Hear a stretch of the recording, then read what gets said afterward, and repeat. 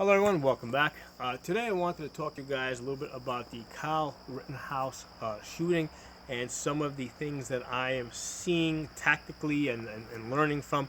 Over the last couple of years I basically have been using a 2-point sling, and it works really good for the type of shooting that I usually do, which is, moving around the woods, traveling distances, setting up. I have the benefit of being able to throw this over my shoulder. When I do want to shoot, I can quickly swing this around, come on target. If I need to get into a, like I say, to do a transition, what I do is I swim out of it and I'm able to switch, to my left side, quickly switch to the right side. But watching the videos where Kyle is being attacked, okay, and he did have to shoot in a lot of weird, awkward positions. It doesn't even look like he used his red dot just because he was being attacked at such close range. It looks like it was all point shooting. If Kyle, if he had a 2-point sling like this, he would have had to basically come out of the sling, in order to hit some of those awkward positions that he had to, to get to in order to fire. But the problem with this is that, at one point somebody was grabbing his rifle, and if he basically just had the sling looped around his neck, somebody was pulling on it, there's a good chance that at some point it would have came off. He would have lost his rifle and he would have been killed. So what we see in the videos is that Kyle has a single point sling, okay? And the great thing about this 2-point setup is that it does allow me to switch it over to a single point sling pretty quickly, okay? So basically that goes here, have an end plate QD point here that will take the sling over there, and then I'll attach this here. Okay, great. So now I have a single point sling. One of the reasons why I don't use this is, again, because I'm usually covering larger distances. I'm doing a lot of walking to get to my shooting areas, and the problem with this is that it's basically hitting me in the nuts as I'm walking. It takes some effort to kind of keep it to the side here, but it does have the benefit of, you can shoot basically right over your shoulder, come over to this side, shoot over this side. You could shoot up, you could shoot down, you can come back, online. So you can do a lot of shooting in a lot of different directions with the single point sling. And again, this is something that basically it took this situation with Kyle Rittenhouse for me to see this. Now I've over the years I've trained with a lot of guys. A lot of them had a military background.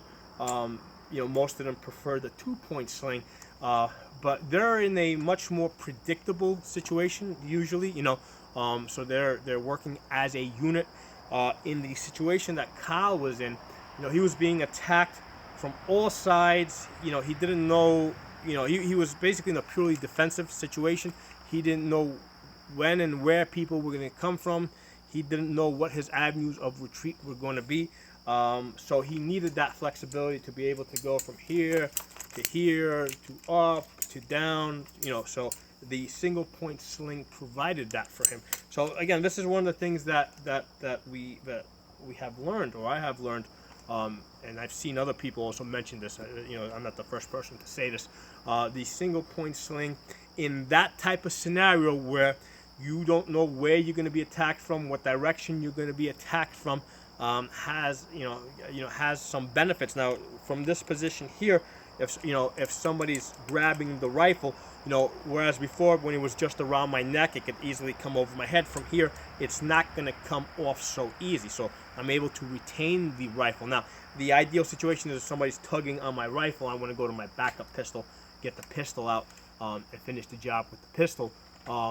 Rather than sit there and play tug of war with the rifle. At that point, basically, this becomes a misdirection or a distraction. While they're tugging on this, I'm using the pistol. But Kyle did not have that option. He had just the rifle, and he had to make it work. And the fact that it was attached to his body allowed him to retain it and be able to fight off the people that were trying to kill him. Again, this is we're seeing a situation with Kyle that is unusual. This is not something that was planned for. That was not something that was anticipated for. Over the years I've talked to a lot of guys that have a military background, and that's not the scenario that they train for. Okay, they train for different scenarios that are more, that ideally are more controlled. They're engaging at longer distances. They're not, ideally they're not engaging that close. And mind you, Kyle, of course, didn't want to actually shoot the people. So, in that type of situation where you're being attacked, and you're giving your attacker the benefit of, hey, giving him a chance to get away from you, you know, you're gonna end up in a much closer confrontation than you would be, let's say, in the war zone, where as soon as you see the enemy, let's say you immediately engaged. So that's the difference that I'm seeing with call scenario or call situation versus the situation that I have been kind of training for over the years with people that have trained me. So this is really important. This is something that I think warrants some attention. So while this is kind of the single point is kind of uncomfortable as far as doing the things that I normally do as far as moving around, I much prefer the 2-point setup.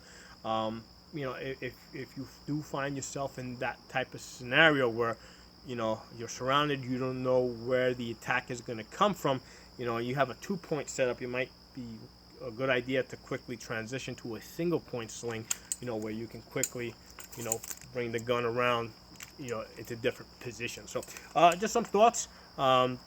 If you guys have any comments, questions, feedback, please put it in the comments section.